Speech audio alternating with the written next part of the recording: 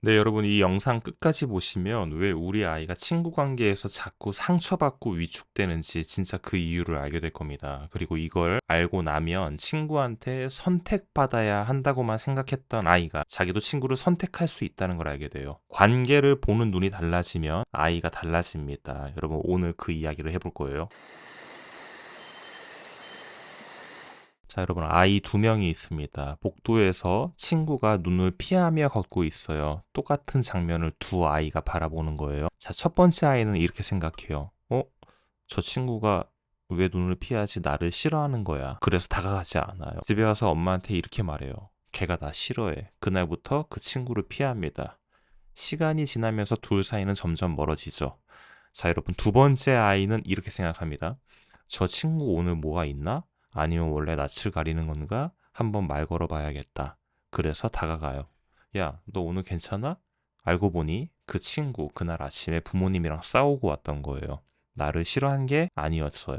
그날 이후로 둘은 친해져요. 똑같은 장면이었어요. 근데 어떻게 읽느냐에 따라 관계의 결과가 완전히 달라집니다. 자, 여러분, ADHD 자녀를 키우는 부모님들한테 이런 말 자주 듣습니다. 우리 애가 친구한테 상처를 너무 잘 받아요. 친구가 조금만 차갑게 대해도 걔가 나 싫어해. 단정 지어버려요. 그리고 나서 아예 포기해버리더라고요. 다시 시도를 안 해요. 여러분, 이 말을 틀렸다고 하기 어렵습니다. 실제로 그렇게 보이거든요. 그리고 그런 아이를 보는 부모 마음도 너무 아파요. 내 아이가 또 상처받을까봐. 부모가 먼저 겁이 나기도 하죠. 근데 오늘 제가 하는 이야기를 들으시면 그 시각이 좀 달라지실 겁니다. 상처받는 게 문제가 아니에요, 여러분.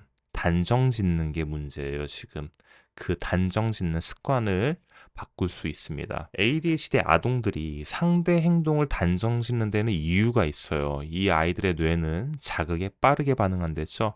친구가 눈을 피하는 순간 뇌가 즉각적으로 결론을 내려버려요. 싫다는 거야. 그 결론이 너무 빠르고 강하게 들어오기 때문에 다른 가능성은 생각할 틈이 없습니다. 수줍어서일 수도 있고 오늘 기분이 안 좋았을 수도 있고 단순히 딴 생각하는 중이었을 수도 있는데 그 가능성들이 보이지 않는 거예요. 그리고 한 번 단정 지으면 행동이 멈춰요. 저 친구가 나를 싫어해라고 결론을 내리는 순간 다가갈 이유가 없어지거든요. 그래서 확인도 안 해보고 포기합니다.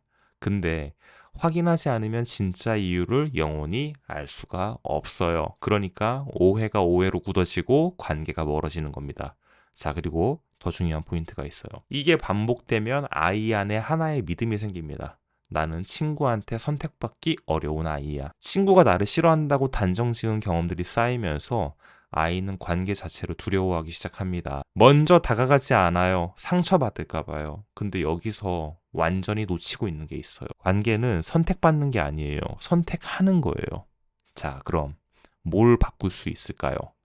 상대 행동에 여러 가지 가능성이 있다는 걸 아이에게 가르치는 것, 그리고 가능성이 열려 있으면 확인해 봐야 한다는 걸 가르치는 거예요. 예를 들어 아이가 집에 와서 이렇게 말합니다. 엄마, 오늘 복도에서 걔가 나 못 본 척했어. 날 싫어하는 것 같아. 이때 부모가 해야 할 말은 그럴 리 없어. 걔가 왜 너를 싫어해가 아니에요. 그 말은 아이 마음을 달래줄 수는 있어도 아이가 스스로 생각하는 힘을 키워주지 못합니다. 여러분, 대신 이렇게 물어보세요. 그래, 그럴 수도 있어. 근데 다른 이유가 있을 수도 있지 않을까? 어떤 이유가 있을 것 같아? 아이가 생각하게 만드는 거예요. 수집어서일 수도 있고, 오늘 기분이 안 좋아서일 수도 있고, 딴 생각 중이었을 수도 있고, 이 가능성들이 보이기 시작하면 다음 질문을 해요. 자, 그럼 은우야, 진짜 이유를 알려면 어떻게 해야 될까?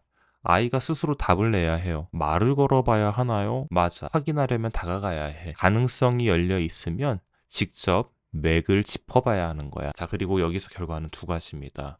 다가갔더니 수줍었던 거라면 친해질 수 있어요. 다가갔더니 진짜 싫다고 하면 어쩔 수 없어요. 그게 세상이에요. 나를 싫어하는 사람을 억지로 좋게 만들 수는 없지요. 반대로 나를 좋아하는 사람을 싫게 만들기도 힘듭니다.